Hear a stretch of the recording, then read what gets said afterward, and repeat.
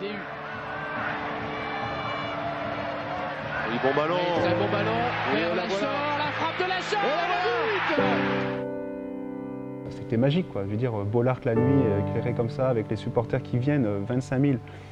Alors qu'il n'y a pas de match, simplement cette population qui est là pour partager ce moment. Parce que je veux dire, au-delà de ce que nous on a fait, c'était un moment pour eux. C'est des images où tu peux pas oublier. Ah, c'était incroyable, je m'en souviens encore, j'ai encore le frisson quand j'y pense. C'était tellement merveilleux, qu'est-ce que je donnerais pas pour revivre 5 minutes de cette époque, quoi. 5 minutes de vestiaire, 5 minutes d'entraînement. On y croyait de plus en plus et les joueurs, à mon avis, étaient très motivés pour aller au bout des choses, quoi. Au coup de sifflet final, je me suis retourné, on a couru l'un vers l'autre et puis on a dit on l'a fait. On a eu la chance de le vivre. Ça, je l'oublierai jamais. Je crois que la vie avait envie de nous donner beaucoup de joie et de joie aux supporters qui avaient bien mérité un titre. C'est indescriptible. Voilà, j'ai pas de mots à mettre là-dessus tellement la sensation est inexplicable.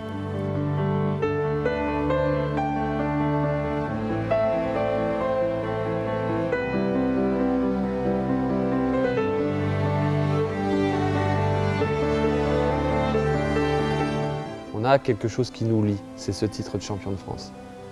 Et ça, on ne peut pas nous l'enlever. Là, à ce moment-là, est extrêmement puissant. On peut se mettre à genoux et célébrer ça. Ouais. On a donné une joie aux gens indescriptible. Je trouve ça beau que le club ait pu vivre ça, que des gens aient pu vivre ça, parce que j'ai quand même vu des gens pleurer. Des gens qui nous disaient maintenant je peux mourir parce que j'ai vécu mon plus grand rêve, c'était que le Racing Club de Lens soit champion un jour.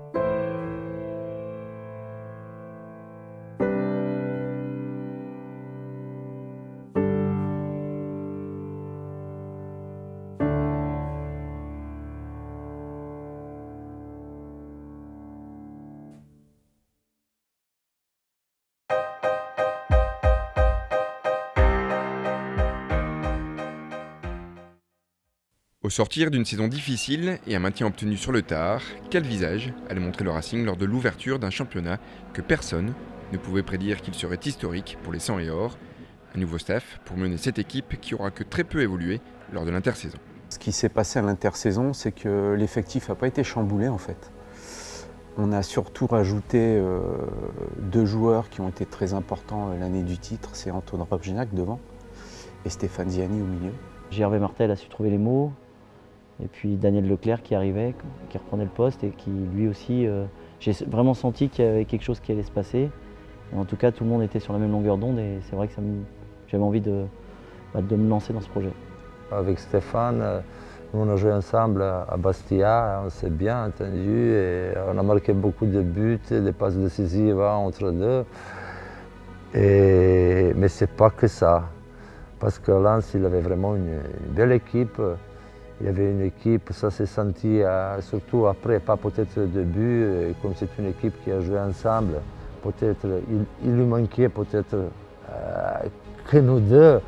Je me souviens très bien comment ça s'est passé, avant qu'on se mette d'accord avec Gervais pour que j'accepte ce poste. Il m'a dit on se revoit ce soir, je vais d'abord faire signer Drovniak, est-ce que tu es d'accord? J'ai dit oui, je suis d'accord. Mais par contre, il faudra s'occuper de Stéphane Ziani parce que lui, je le veux absolument. Et puis ça s'est fait dans la lignée, quoi, tout simplement. Et cette rencontre arbitrée par Monsieur Coué débute à l'instant même avec les Lensois immédiatement en possession du ballon. Ballon d'Arsène à destination de Brunel. J'ai abordé ces matchs avec un peu d'appréhension, avec tous les gens qui ne sont pas là, qui sont d'habitude, entre guillemets, comme le mot qu'on utilise beaucoup dans le foot. Les titulaires, ils n'étaient pas là. Par contre, c'était magique dans le sens où Daniel a su insuffler une motivation extraordinaire. Sankaré, Marley qui remet là, Sankaré directement, et c'est un but contre son corps, signé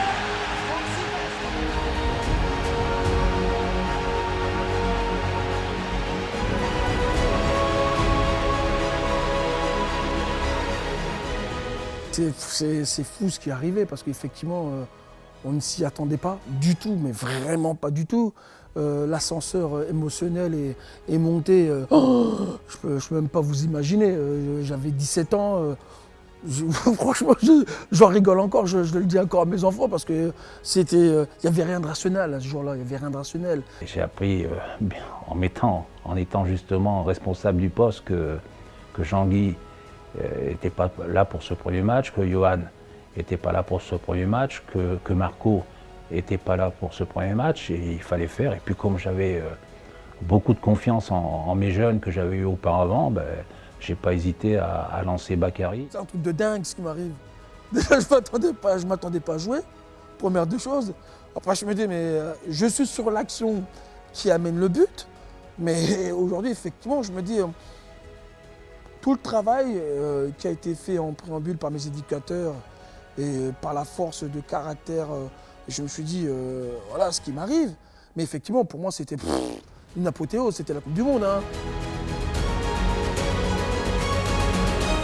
Un soir riche en symboles pour les retrouvailles entre le public et son équipe, un jeune de la formation buteur, un duo qui brille déjà et un ancien qui confirme. Le public aussi avait envie, après une saison un peu difficile, de repartir sur une nouvelle saison pleine d'émotions.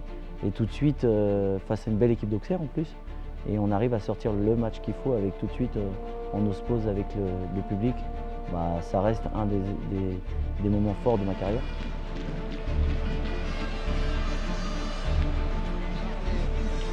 Par Sankaré, encore et toujours.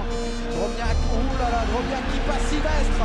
Drobniak sur la gauche, il y a un appel de Ziani. Centre de Drobniak, Ziani en déviation. Et ça rentre. Quelle action menée à Saint-Leu. 2-0 pour le Racing Club de Lens après 25 minutes de jeu. Quelle action superbe.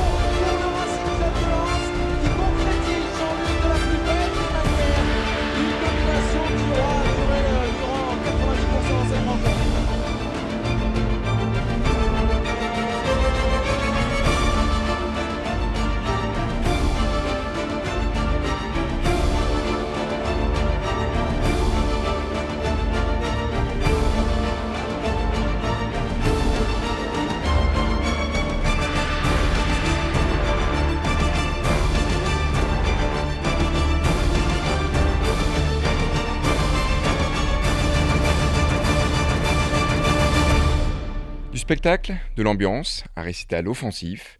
Le Racing est alors leader, simple hasard ou pure coïncidence, ou tout simplement signe du destin.